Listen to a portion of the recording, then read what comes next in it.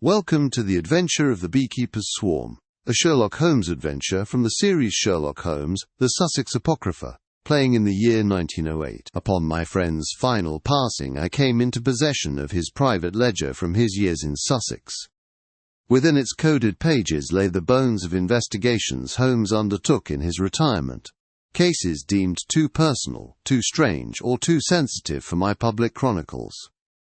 They form a sort of Sussex Apocrypha, revealing a more contemplative man facing the mysteries of a new century. Let my first account from this remarkable collection begin with a case that struck close to his new home and passion. I have titled it, The Adventure of the Beekeeper's Swarm.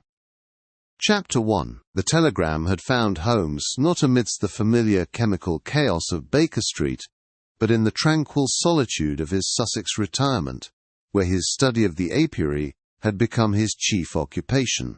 It was from a Dr. Alistair Reed, a local physician with whom Holmes had struck up an acquaintance over a shared interest in pollen analysis.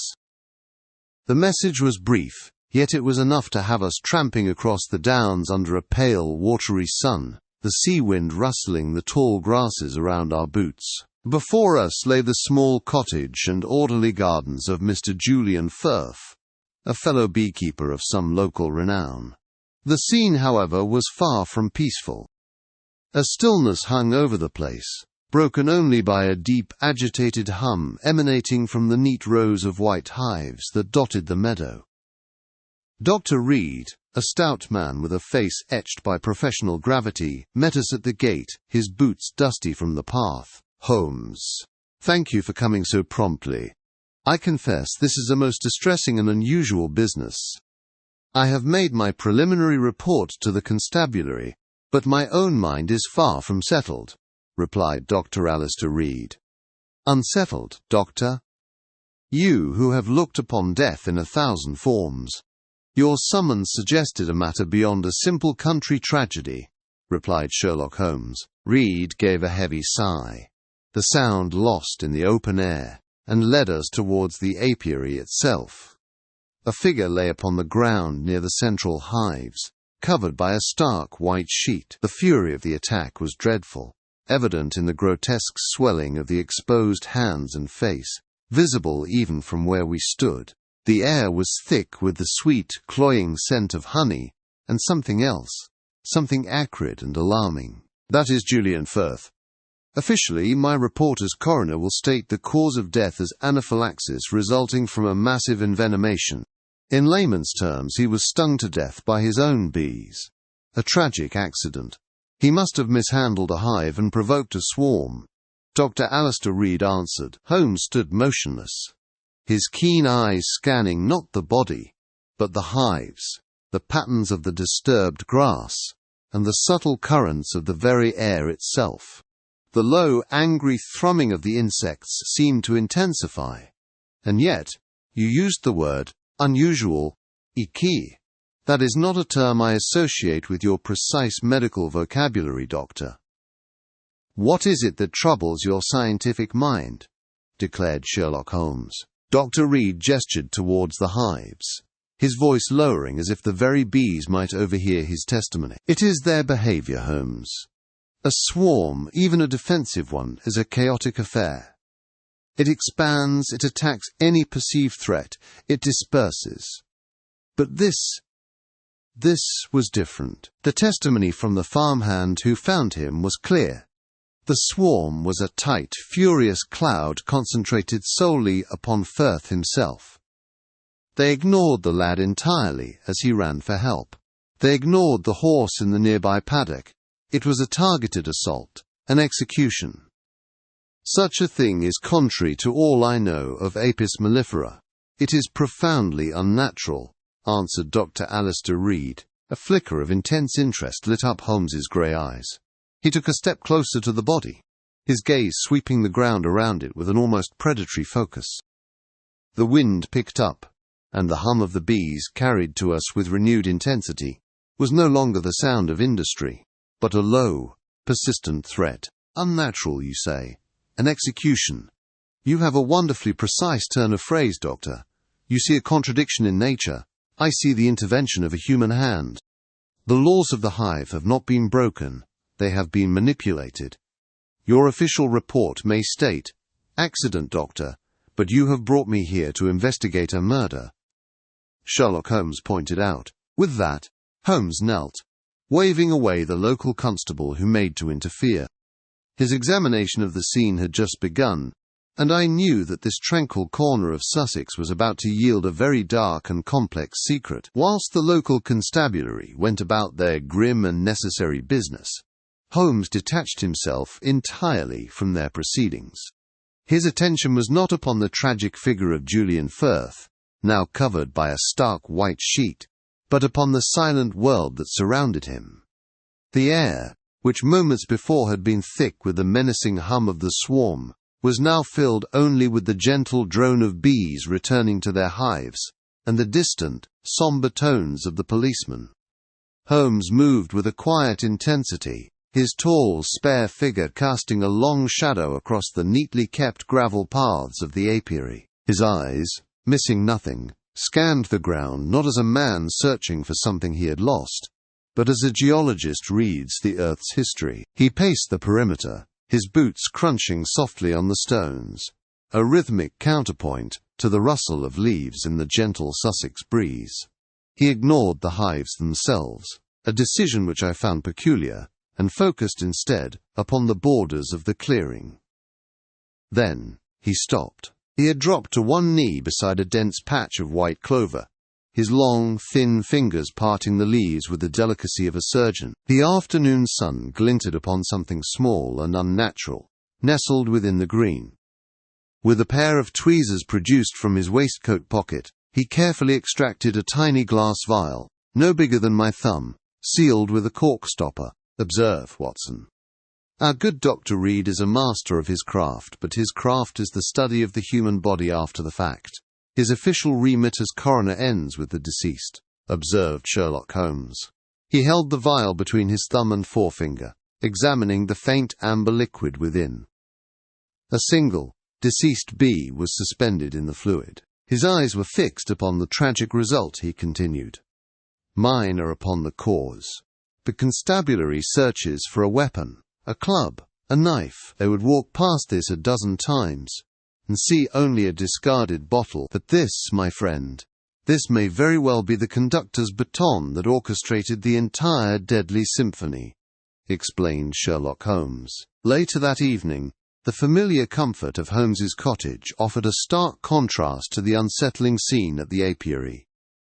The fire crackled merrily in the hearth, its light dancing across the scientific charts and chemical apparatus that cluttered the room. I was recounting my notes when our housekeeper, Martha Hudson, entered with the tea service, the soft clink of porcelain a welcome sound. She set the tray upon the table with a quiet sigh. "A terrible business about poor Mr. Firth, sir. The whole village is talking."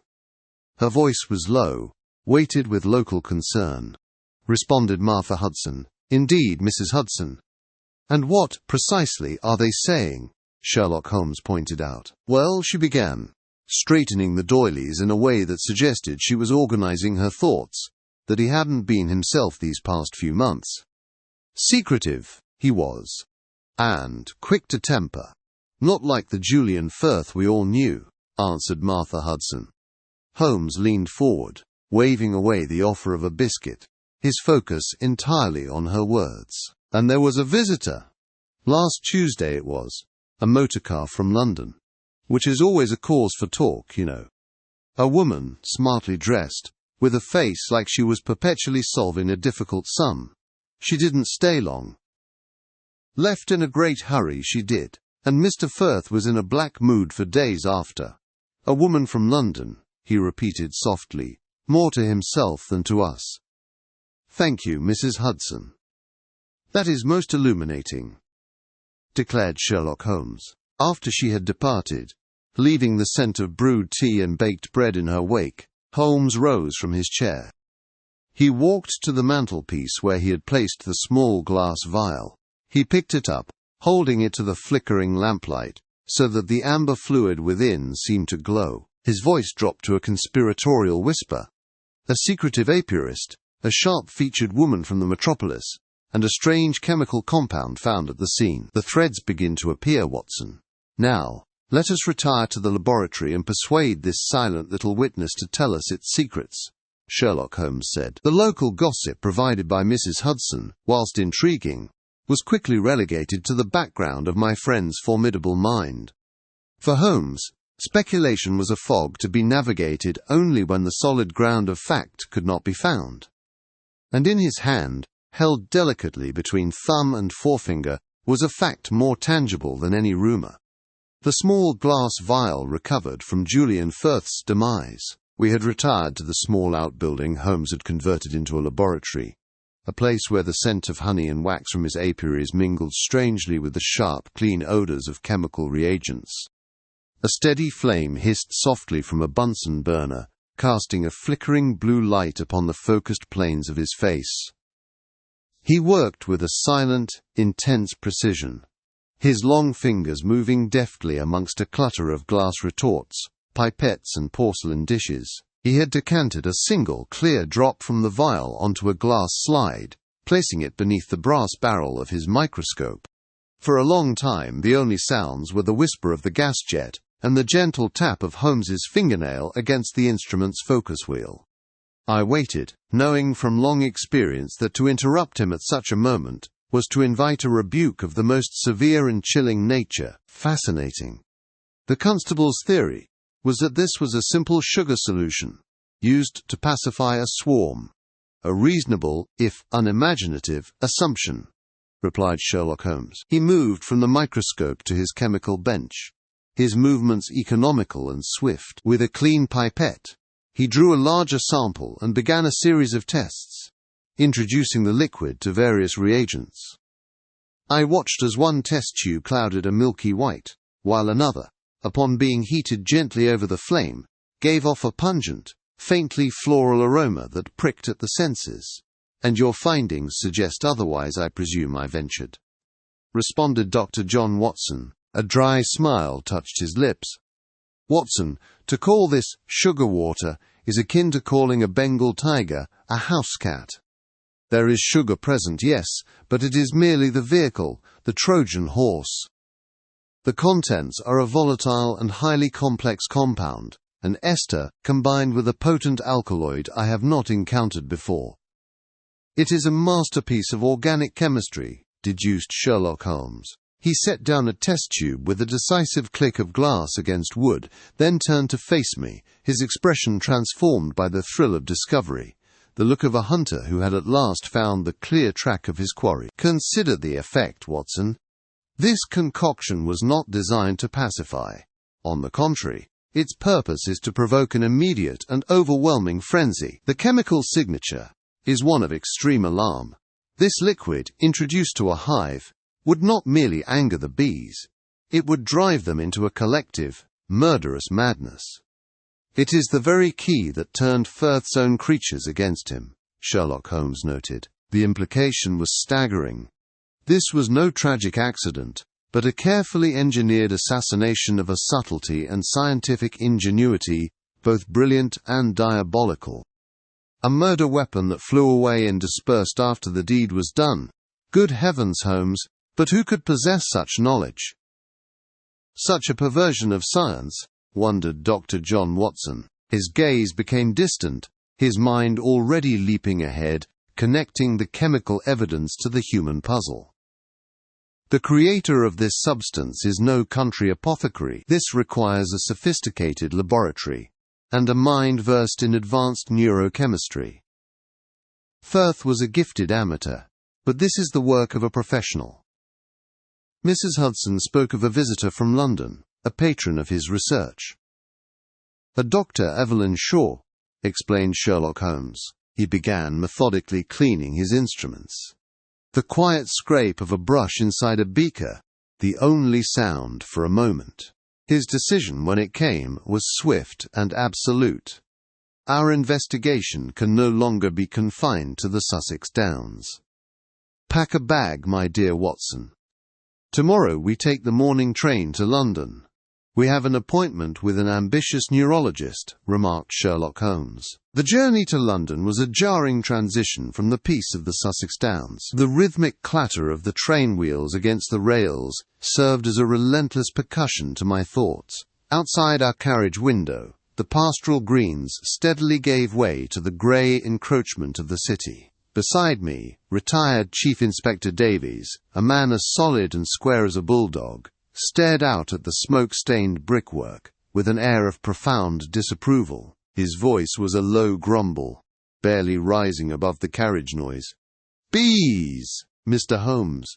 You have me chasing a motive amongst a swarm of insects. I confess, I am more at home with a burglar's jimmy or a jealous husband's revolver," said Chief Inspector Davies. Holmes did not even turn from his own contemplation of the passing cityscape. "The jimmy and the revolver are merely the final, crude expressions of a motive, Inspector," he replied, his tone sharp and precise. "We are seeking the motive at its source, which in this case, I suspect, is to be found not in a fit of passion, but in the cold light of a laboratory," replied Sherlock Holmes. Our destination was a severe-looking address in a quiet, respectable street known for its medical practices.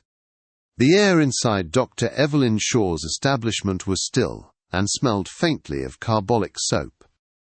From the street, the rumble of carriage traffic was a distant, muffled hum, and the only sound within the waiting room was the solemn and measured tick of a grand mahogany clock. Dr. Shaw herself was as crisp and sterile as her consulting rooms. She was a young woman with intelligent, assessing eyes, her hair pinned back with severe efficiency. She greeted us without a flicker of surprise. I noted at once that she wore no sign of mourning. Her dress was a practical dark grey wool, a professional's uniform. Davies began with his customary official weightiness. "Dr. Shaw, we are making inquiries concerning the death of your associate, Mr. Julian Firth," responded Chief Inspector Davies. Her voice was clear and steady, betraying no emotion whatsoever. "A dreadful accident, Inspector. It represents a most tragic and unforeseen interruption to our work," remarked Dr. Evelyn Shaw. The phrase, so clinical and detached, seemed to hang in the silent room. Holmes, who had been observing her with a hawk-like intensity, leaned forward in his chair. The slight creak of the leather was the only warning before his impending question. "An interruption, Doctor?" "Not a tragedy for the man himself, but for the work," remarked Sherlock Holmes. For the first time, a subtle tension entered her posture. She clasped her hands upon the desk before her, her knuckles showing white for a brief instant. Her reply was clipped. "Mr. Firth was a brilliant researcher. His loss is a blow to the field of neurology." "Our experiments, they were on the cusp of a breakthrough," remarked Dr. Evelyn Shaw. "Experiments involving a chemical provocateur, perhaps. Something to heighten the bees' aggressive tendencies rather than pacify them," stated Sherlock Holmes. She looked from Holmes to Davies, a flicker of alarm in her eyes. "Our research is proprietary. I am not at liberty to discuss its specific methodologies. It was all in service of a cure for debilitating nervous disorders," responded Dr. Evelyn Shaw. Her answers grew shorter, her defensiveness a palpable shield. The interview concluded with little more of substance gained, and we were soon back out on the pavement, the heavy oak door clicking shut behind us with an air of finality. In the hansom cab, the rattle and clatter of the London streets seemed a welcome intrusion. Davies shifted his considerable bulk on the worn leather seat. "Well, she is as cold as charity, I'll grant you that. But there is nothing there to suggest she is a murderess. A scientist protective of her secrets, nothing more," said Chief Inspector Davies. "On the contrary, Inspector," Holmes said, a strange light in his eyes. "She has all but confessed," Sherlock Holmes responded. "Confessed? Holmes, what can you mean?" "She revealed nothing," wondered Dr. John Watson. He turned to me, his voice low and intense. "She revealed everything of importance, Watson. She displayed not one iota of personal grief. Her only lament was for the interruption to the work. She does not mourn the man. She mourns the experiment. To her, Julian Firth was not a colleague to be lost, but a component to be broken.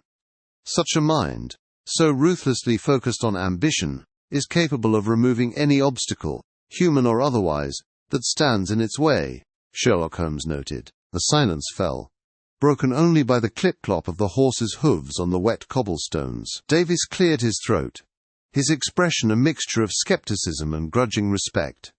"That is a matter for a philosopher, Mr. Holmes, not a policeman. Your theories are ingenious, but I shall put my men onto something more concrete. A man's finances, his quarrels, his debts.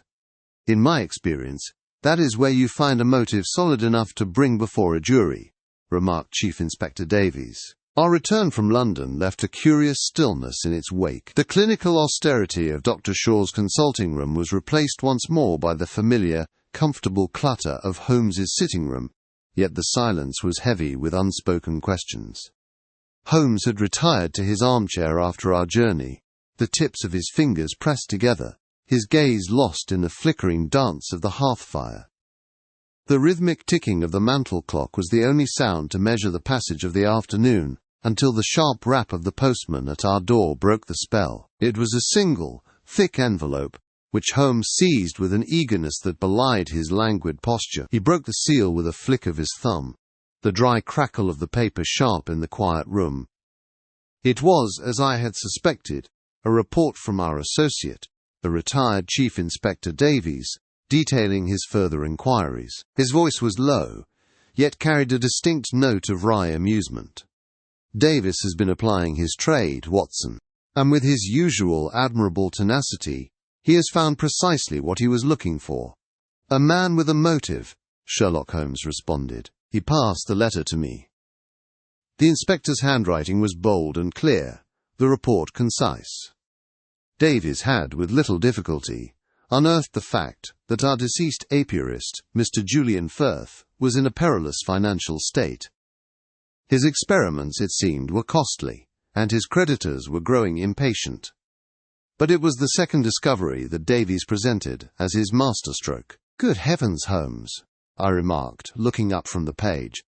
"A rival beekeeper, a Mr. Alistair Crowley. It says here, he publicly accused Firth of stealing a unique strain of queen bee, one he had spent years cultivating.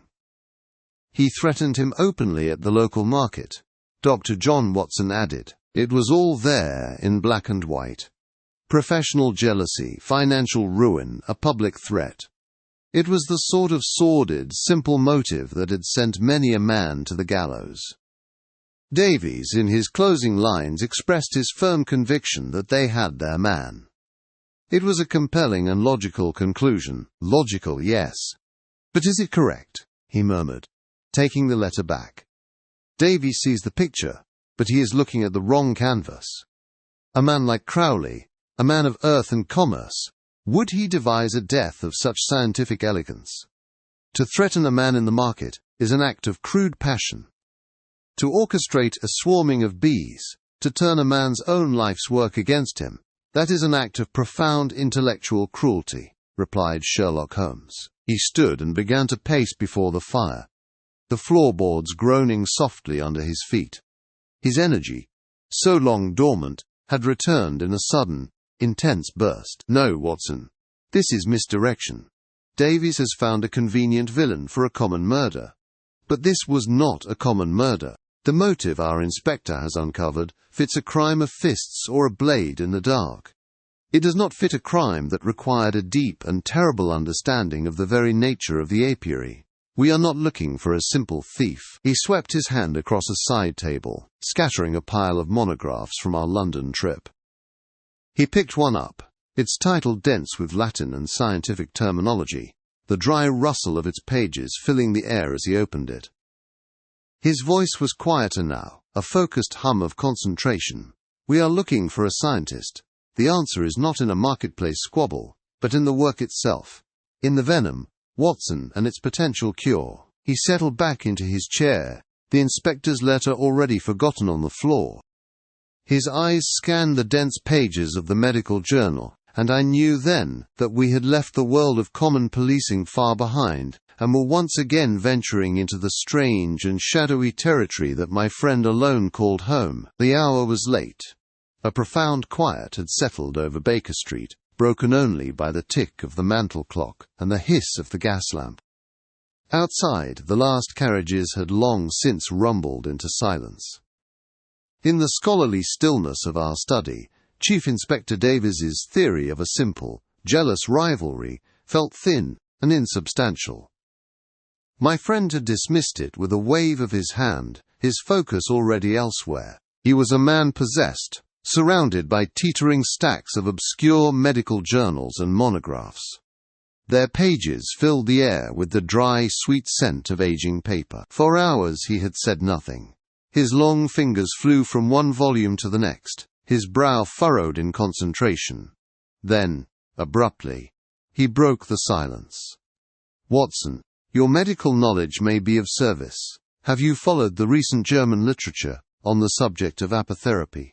Sherlock Holmes noted. I looked up from my paper. "Bee venom therapy?" "Only cursorily, Holmes. It is a field widely considered to be on the fringes of respectable science. Highly experimental, and not without its charlatans." Dr. John Watson added. "Precisely. The razor's edge between a miracle and quackery." Sherlock Holmes responded. His voice was sharp with a sudden, fierce energy. He held up a slender journal, its cover emblazoned with a string of guttural German. "Here, an article posits the use of concentrated apitoxin to stimulate regeneration in damaged nerve tissue. A bold claim. A dangerous one. But look what I find in this English monograph on nervous disorders, published a mere 6 months ago," remarked Sherlock Holmes. He slid the heavy book across the table towards me, the movement accompanied by a dry rustle of paper. His chemical-stained finger tapped emphatically at a footnote buried deep within a chapter on radical treatments for neuralgia. "Read it, Watson. Read it aloud," replied Sherlock Holmes. I leaned closer to the light, feeling the faint warmth of the lamp upon my cheek. I read the small print, my voice sounding unnaturally loud in the quiet room. "For a more detailed examination of this hypothesis, see the preliminary unpublished findings of J. Firth and Drive East Shore, whose provincial work shows considerable, if ethically perilous, promise," commented Dr. John Watson. I looked up at Holmes, the implication of the words sinking in. Firth and Shore. The secretive beekeeper, and his ambitious London patron. This was no longer a matter of simple honey production or rival apiarists. It was something far deeper, and infinitely more dangerous. "Good heavens, Holmes. You believe Firth was using his venom research on human subjects?" responded Dr. John Watson. "I believe he was on the verge of a discovery that could have changed medicine, or a scandal that would have ruined him," explained Sherlock Holmes. His initial excitement had faded, replaced by a low, contemplative tone. He rose and began to pace before the hearth, the rhythmic creak of the floorboards marking his steps. "Imagine it, Watson. A cure for afflictions that have baffled our profession for centuries. What risks would a desperate man take to achieve it? What moral lines would his benefactor, Dr. Shaw, allow him to cross in the name of progress?" Sherlock Holmes noted. The question hung in the air between us, heavy and unsettling. Here was the motive Davies had missed entirely. It was not one of greed or jealousy, but of terrible, magnificent ambition. A log shifted in the fireplace, sending a cascade of orange sparks up the chimney. Holmes stopped his pacing, his sharp profile silhouetted against the glow. "This explains the why, but not the how. The motive is clear. The method remains a paradox. Julian Firth was a master of his craft. He knew bees do not behave so." "This was no act of nature," replied Sherlock Holmes. He turned from the fire, his eyes glinting in the lamplight. His gaze fell upon the corner of the room where his chemical apparatus stood, a silent collection of glass beakers and brass fittings. The books were forgotten. Their purpose had been served. The answer, I suspect, is not in the annals of medicine, but in a test tube.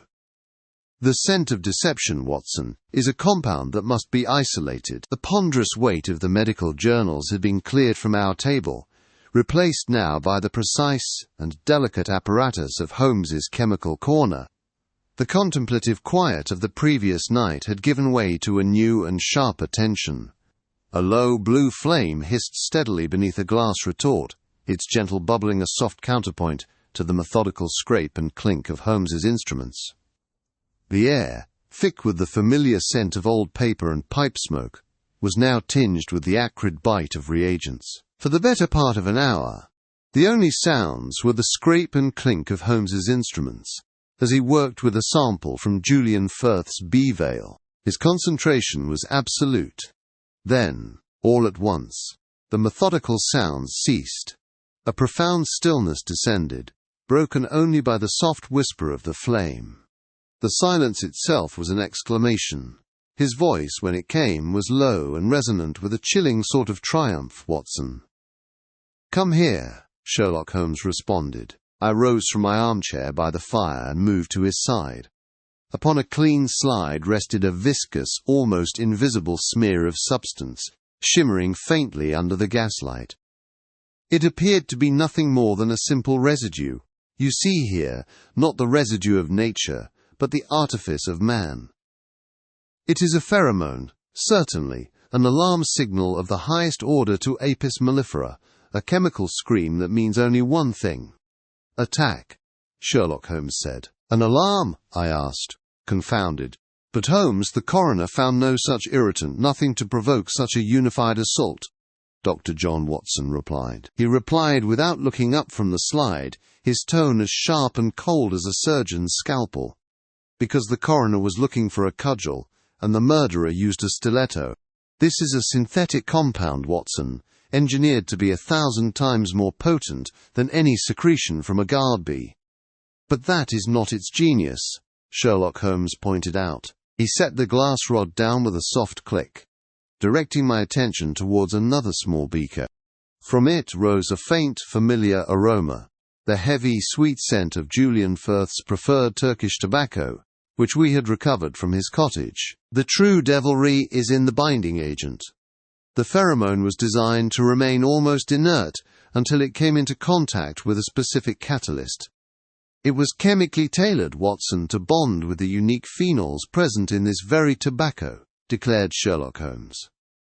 He finally straightened up, and the intensity in his voice was palpable. The pieces of the puzzle clicked into place in my own mind with a sudden, jarring clarity. The murderer need only have applied a colourless, odourless solution to Firth's veil. The moment he donned it, the lingering scent of his pipe smoke, trapped in the fabric, would have activated the pheromone.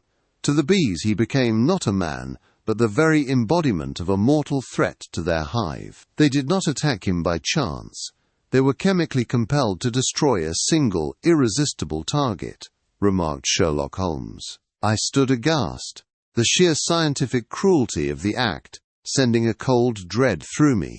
It was a perfect, invisible weapon, leaving behind nothing but a verdict of death by misadventure. A murder that mimicked an act of God. Holmes turned from his instruments and gazed out the window, his tall, gaunt frame silhouetted against the fading light of the Sussex evening. The methodical clinking of glassware was replaced by the low sigh of the wind in the eaves. He spoke as if to himself, his voice a low murmur that seemed to blend with the twilight. A mind capable of such elegant chemistry, Watson, is not one to be trifled with. Precise, patient, and utterly ruthless, stated Sherlock Holmes. As he spoke, a familiar, steady tread sounded upon the floorboards in the hall outside our laboratory. The soft clatter of a tray being set down preceded the gentle turning of the doorknob. Mrs. Hudson, no doubt, arriving with our evening tea and an opportunity for respite that I felt, with a sudden premonition, would prove to be no such thing. The grim satisfaction of Holmes's chemical discovery had settled into a profound and brooding silence. For an hour or more he had sat motionless in his armchair, the thin blue smoke from his pipe curling up to wreath the low, timbered ceiling of our sitting room. Outside, a persistent autumn drizzle whispered against the window panes, and the only sound within was the soft crackle and hiss of the logs upon the hearth. I had abandoned any attempt at reading, finding my friend's stillness more compelling than any printed page. The spell was broken by the gentle creak of the door and the familiar clink of porcelain on a tray. Mrs. Hudson entered, her expression one of quiet concern as she set down our afternoon tea.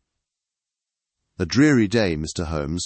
I thought a hot cup might do you some good. You've been staring into that fire as if you mean to find answers in the flames," remarked Martha Hudson. "On the contrary, Mrs. Hudson," he replied, his voice emerging from his reverie, clear and sharp. "The answers are found, and I am merely contemplating their rather stark architecture.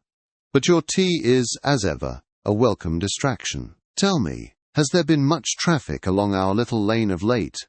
Sherlock Holmes responded. It was a question so at odds with his profound concentration that I looked up, startled.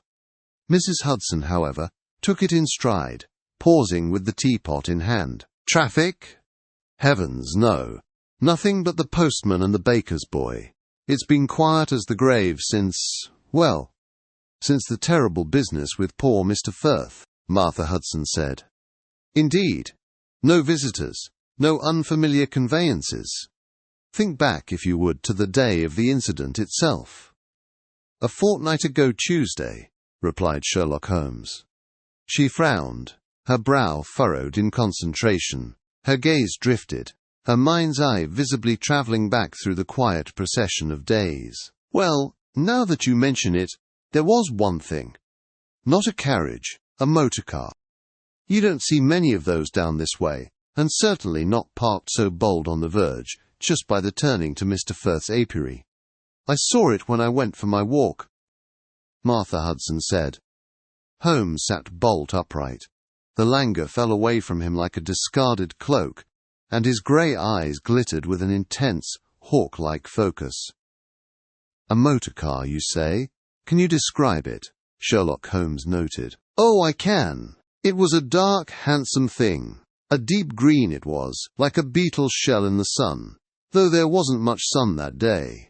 And there was a lady sitting in it, alone. I couldn't see her face well, what with her hat and veil," remarked Martha Hudson. "Was there anything else? Any mark of distinction? A scratch? A dent? Any detail, no matter how small, may be of the utmost importance," Sherlock Holmes pointed out. Her voice, at first hesitant, grew more certain as the memory solidified. Yes, there was. The windscreen, the glass in front. It was cracked. Not shattered, mind you, but a long, jagged crack, running up from the bottom corner. Looked for all the world like a spider's web spun in glass. "I remember thinking it was a shame to see such a fine machine so marred," replied Martha Hudson. Holmes leaned back, a faint, grim smile touching his lips. He took a long, slow sip of the tea she had poured for him. The final, crucial piece of the puzzle had not been found in a laboratory retort, but had been delivered, quite unexpectedly, on a tea tray by his own housekeeper. "Thank you, Mrs. Hudson. You have been of more help than a dozen constables. That will be all," Sherlock Holmes noted. After she had bustled out, leaving the scent of tea and damp wool in her wake, I turned to my friend. The air in the room seemed to vibrate with unspoken conclusions. "Holmes, that description, the dark green motor car, the distinctive crack in the windscreen, it is an exact match for the one belonging to Dr. Evelyn Shaw." Dr. John Watson added, "Precisely, my dear Watson. The very same vehicle we observed outside her London residence. The lady who claimed to be miles away in her laboratory, wrestling with her conscience. We now have an unimpeachable witness who places her at the scene of the crime, at the very hour it was committed," Sherlock Holmes observed sharply. He rose and paced before the fire, his energy a palpable force in the small room. The pieces were no longer scattered. They were assembled into a picture of breathtaking audacity. We have the means, a pheromone bonded to tobacco. We have the motive, a desperate ambition to control revolutionary research. And now, thanks to Mrs. Hudson, we have the opportunity. Watson, I believe it is time we invited Chief Inspector Davies to enjoy our country air. He has a web to observe, and I, the spider who has spun it," observed Sherlock Holmes.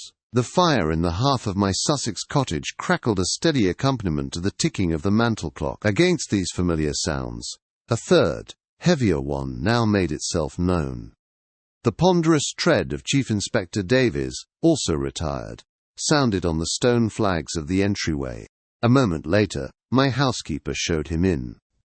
He was a man built of solid English oak, his face a roadmap of hard-won battles against the criminal element, and his expression was one of profound scepticism. "Pray be seated, Inspector."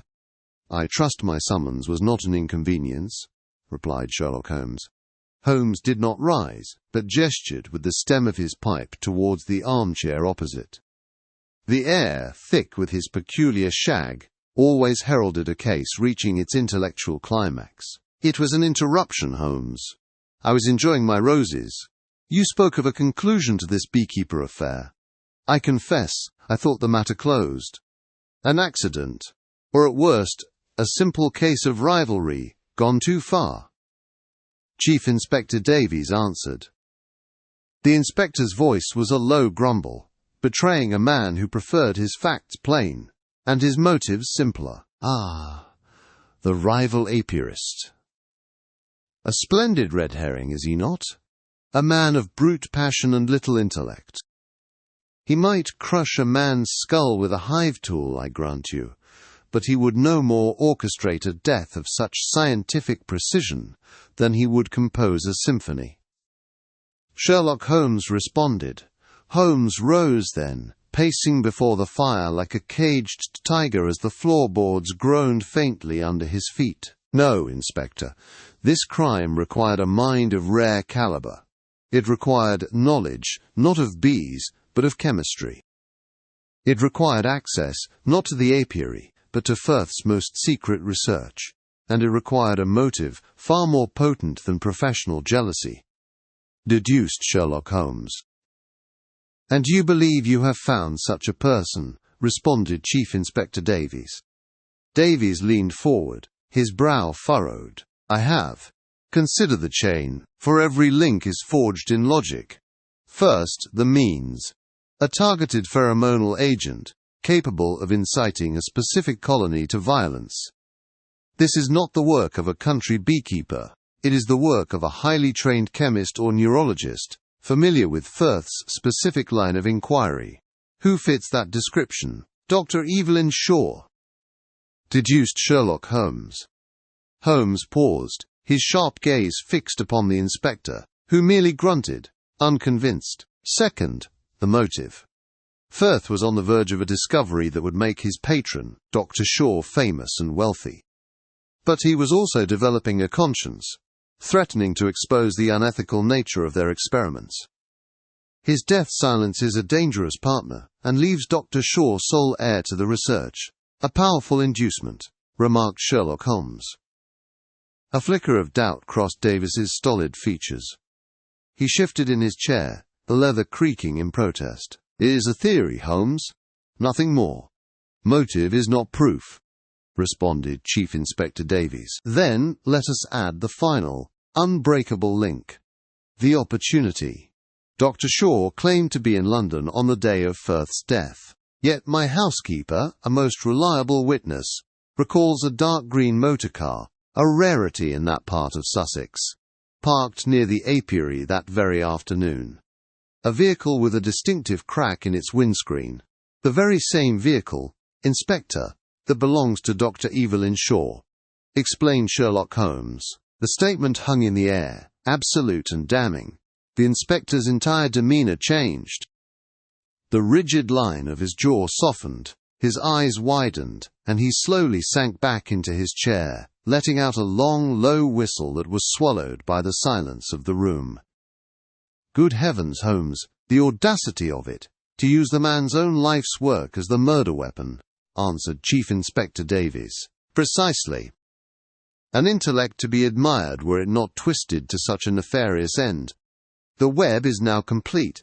The facts are in place," stated Sherlock Holmes. Holmes stopped his pacing and moved to his writing desk, the scratching of a pen on paper soon filling the room. "All that remains is to persuade the spider to walk into our parlour," remarked Sherlock Holmes. The revelation weighed upon the air of the cottage study, as tangible as the gathering sea mist beyond the windows. Chief Inspector Davies, usually as unmovable as granite, now sat slumped in his chair, staring into the hearth. The fire popped and hissed, its cheerful sound a cruel counterpoint to the grim reality that had settled upon us.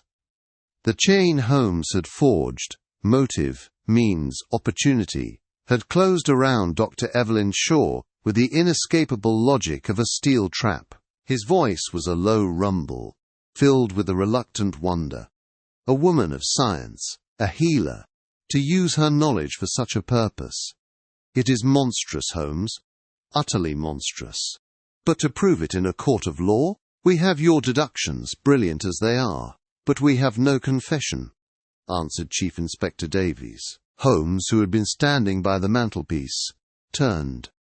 His expression was not one of triumph, but of a quiet, focused intensity, like a strategist poised for the final decisive move. He moved to his writing desk, the floorboards groaning softly under his weight, and took up a pen and a telegraph form. The scratching of the nib was the only sound for a long moment. "A confession is a matter of chemistry, my dear Inspector, not of the laboratory but of the mind. One must simply introduce the correct catalyst to precipitate the truth." "We shall not ask her to confess. We shall compel her to," Sherlock Holmes said. He finished writing with a flourish and held the small paper out. I leaned closer, as did Davies, to read the message he had composed. It was addressed to Dr. Evelyn Shaw at her London practice. I read the words aloud, my voice betraying my confusion. "A crucial vial concerning the future of your research has been recovered from the Firth estate. Stop. Requires immediate consultation for its preservation. Stop. Your presence in Sussex is essential. Stop. S. Holmes," commented Dr. John Watson. I looked up at my friend, bewildered. Davies grunted, a sound of pure skepticism. "And you believe this will bring her running?" "It is vague. She could ignore it, claim a prior engagement, send a subordinate," said Chief Inspector Davies. Holmes smiled, a thin, sharp expression that never quite reached his eyes. "On the contrary, Inspector, she cannot possibly ignore it. Observe the wording. A crucial vial. An innocent party might inquire as to its contents, but our culprit knows precisely which vial it must be, the one containing the pheromone concentrate, the very instrument of her crime.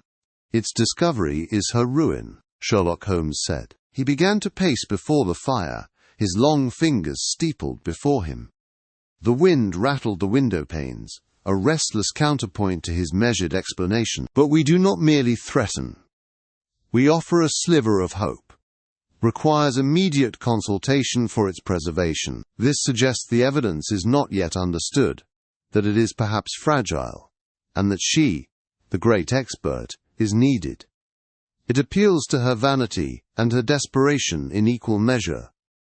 She will believe she is coming here to identify an obscure compound, to regain control of the situation, perhaps even to destroy the evidence herself.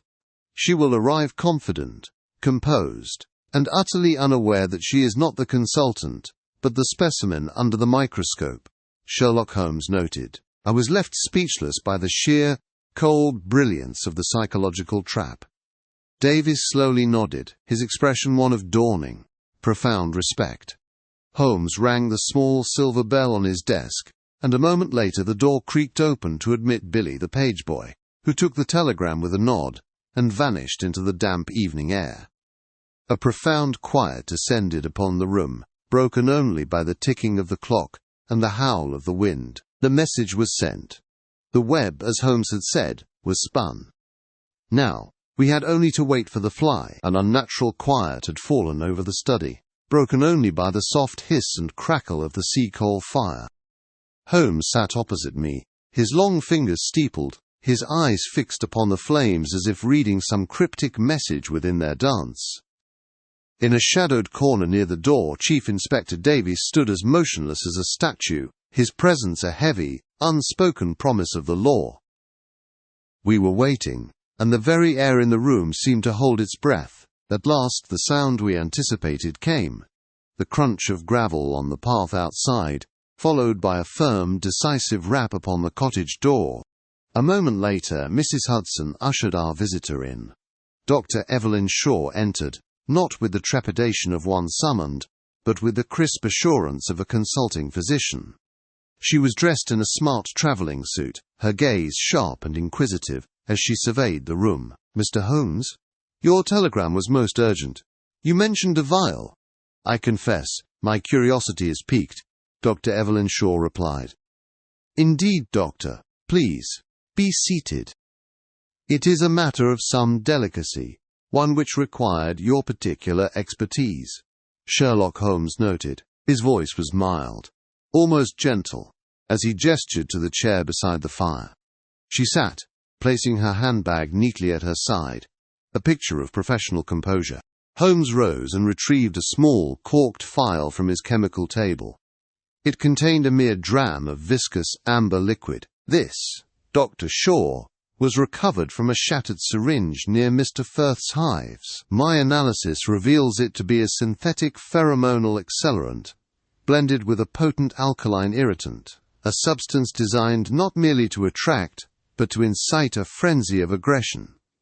It is quite a remarkable chemical achievement," Sherlock Holmes observed sharply.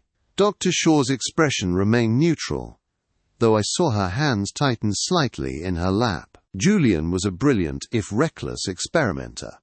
It is tragic, but not entirely surprising, that he might have concocted such a thing, said Dr. Evelyn Shaw. An interesting theory. However, it fails to account for the witness who saw a woman of your description, arriving in a hired motorcar, walking towards the apiary path not an hour before the incident, Sherlock Holmes observed sharply. For the first time, a flicker of doubt crossed her face, her confident tone losing its edge, becoming more measured, more defensive. "That is circumstantial. Sussex is not so remote that I am its only female visitor," responded Dr. Evelyn Shaw. "True. But circumstance is buttressed by motive. You see, I took the liberty of contacting the editor of the Lancet. He confirmed receipt of a letter from Mr. Firth, announcing his intent to publish your joint findings on bee venom therapy immediately. An announcement of a scientific, miraculous cure for nervous disorders, based on research that was, by your own admission, dangerously incomplete," observed Sherlock Holmes. The colour drained from her cheeks. The professional mask did not so much crack as shatter completely.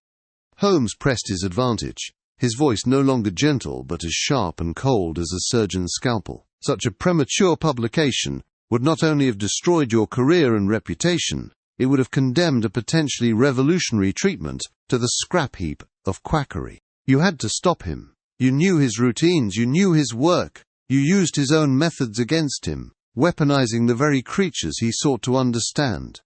You did not merely visit him, Dr. Shaw, you went there to silence him, permanently," stated Sherlock Holmes. She stared at him, her mouth slightly agape, the carefully constructed walls of her composure now a pile of rubble at her feet. The silence that followed was broken only by the ticking of the mantel clock, each second falling like a hammer blow. From the corner of the room, Chief Inspector Davies took a single, deliberate step forward. The silence that fell upon our drawing-room was of a quality I had seldom experienced. It was not merely an absence of sound, but a tangible weight, punctuated only by the soft hiss and crackle of the fire in the grate. Holmes's final, damning statement concerning Firth's intent to publish hung in the air between us. Dr. Shaw did not weep, nor did she collapse, as I had half expected. Instead, a strange and terrible composure settled upon her features.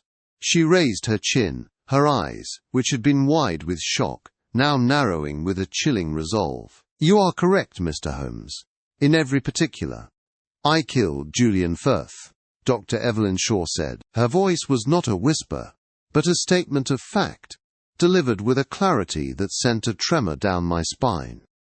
Chief Inspector Davies, a bulky shadow near the door, took an involuntary step forward, his jaw slack with disbelief. The sudden scrape of his boot on the floorboards was a jarring intrusion. You confess? Just like that? To murder?" replied Chief Inspector Davies. Dr. Shaw turned her gaze upon him, and there was no fear in it, only a profound and unsettling conviction burning in her eyes. "I confess to stopping a fool from destroying the lives of thousands. Do you call that murder, Inspector? I call it a moral necessity. Julian was a brilliant man, but he was reckless. He was about to unleash a half-formed cure upon the world, a version so unstable it would have discredited the entire field of my research. It would have condemned countless souls suffering from afflictions of the nerve to their fate, all for his own vanity," Dr. Evelyn Shaw replied. She rose from her chair, her slight form seeming to gain stature with the passion in her words. The steady, indifferent ticking of the mantelpiece clock measured out the seconds of her extraordinary claim. His life, weighed against the potential of a future free from such suffering, there is no balance. It was not a choice. It was a calculation. A terrible, but necessary, piece of arithmetic. I did what I had to do to protect a discovery that will change medicine forever. I feel no remorse for it," remarked Dr. Evelyn Shaw. Davies stared at her, his policeman's mind struggling to categorize what he was hearing. This was not the sordid, predictable motive of a common criminal, but something colder, more alien. He ran a hand over his face, a gesture of pure bewilderment, and his voice, when it came, was a low growl. "The law does not perform arithmetic, Doctor. It sees a crime." "Good heavens, Holmes! Have you ever heard such a thing?" remarked Chief Inspector Davies. He appealed to my friend, but Holmes did not reply. I watched him closely. He had leaned back in his armchair, his face cast into shadow, the restless firelight catching only the sharp architecture of his steepled fingers. He was utterly still, a silent arbiter in a court of his own making. I could see in the tension of his posture a profound struggle, a weighing of scales far more complex than any I had ever witnessed. Here was not a simple puzzle of clues and culprits, but a philosophical abyss. The law which he had so often served was pitted against a principle of a greater good, a concept he had, on occasion, been known to champion himself. "Well, Holmes, the case is closed. The woman has confessed before 2 witnesses. What is to be done?" The direct question finally stirred him. Holmes lowered his hands, but his gaze remained fixed upon the shifting heart of the fire, as if seeking some elemental truth within its depths. The room waited, breathless, for the verdict of the one man whose judgment truly mattered. The silence that followed Dr. Shaw's confession was of a quality I had seldom experienced. It was no mere absence of sound, but a heavy, palpable thing, pressing in from the fog-shrouded windows of Holmes's drawing-room. The only interruptions were the soft hiss and crackle of the sea-coal fire and the distant, mournful cry of a ship's horn from the channel. Chief Inspector Davies stood rigid by the mantelpiece, his face a mask of iron conviction, battling a profound uncertainty. Dr. Shaw sat perfectly still, her hands clasped in her lap, her earlier passionate defiance now a crystalline resolve. It was Holmes who at last broke the spell. He rose from his chair, not with his usual abrupt energy, but with a slow, deliberate movement that spoke of the immense weight of his thoughts. He began to pace the length of the hearthrug, his head bowed. His voice, when he spoke, was low and devoid of its customary sharpness. "We are faced, Inspector, with a conundrum not of law but of arithmetic. It is a terrible form of moral mathematics," Sherlock Holmes said. Davies's reply was a low growl, the sound of a man clinging to the bedrock of his principles. "It is murder, Holmes. Plain and simple. Julian Firth is dead, and this woman admits she is the cause. The law is not a problem of arithmetic. "It is an absolute," responded Chief Inspector Davies. "Is it?" Holmes stopped his pacing and fixed the inspector with a piercing gaze. "You have spent a lifetime enforcing that absolute. Tell me, how many lives have you saved by doing so? Now consider this. Dr. Shaw's research, born of this terrible act, has the verified potential to halt nervous diseases that claim thousands each year. We have seen the proof." "We have spoken to Dr. Reed," explained Sherlock Holmes. He took a step closer to the inspector, his voice dropping further, becoming a deeply personal appeal. "The choice is not whether to hang this woman for the life she took. The choice, Davies, is whether you will condemn 1,000 future souls to death to avenge one man who was, by all accounts, a monster himself. That is the weight on your scale. One guilty life already spent versus a multitude of innocent lives yet to be lived. Place your finger on the balance, my friend." "Which way will you tip it?" declared Sherlock Holmes. The inspector paled. He looked from Holmes to the silent figure of Dr. Shaw. I could hear the strained rasp of his own breathing in the quiet room. He ran a hand over his face, the gesture of a man exhausted by an impossible burden. His voice was hoarse, a mere shadow of its former authority. What are you proposing, Holmes? That we simply let her walk away? That I tear up my report?" Chief Inspector Davies said. "Not at all. Justice must be served, but it need not always wear the black cap of the executioner. I propose a different kind of sentence. A life sentence, not of imprisonment, but of service. Dr. Shaw's research will continue, but it will be removed from her sole authority. It will be placed under a new ethical oversight board," Sherlock Holmes responded. Holmes's eyes gleamed as the final pieces of his grand design locked into position. "This board will hold absolute power over the direction and application of her work, and its chairman, for life, will be a man neither of us could ever question. Our own Dr. Alistair Reed. She will be a servant to the very cure she discovered, her genius shackled to integrity.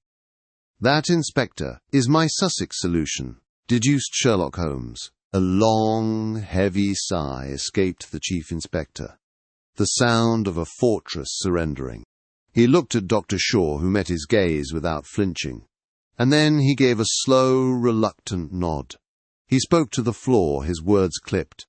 "The coroner's report will stand. Death by misadventure. May God have mercy on us all," Chief Inspector Davies replied. And so it was settled. Not with the clang of a gavel, but with the quiet ticking of a mantel clock in a Sussex drawing room. A new form of justice was born that day, one weighed not by precedent, but by potential. As Dr. Shaw was escorted out, not to a prison cell, but to a future of supervised discovery, I looked at Holmes.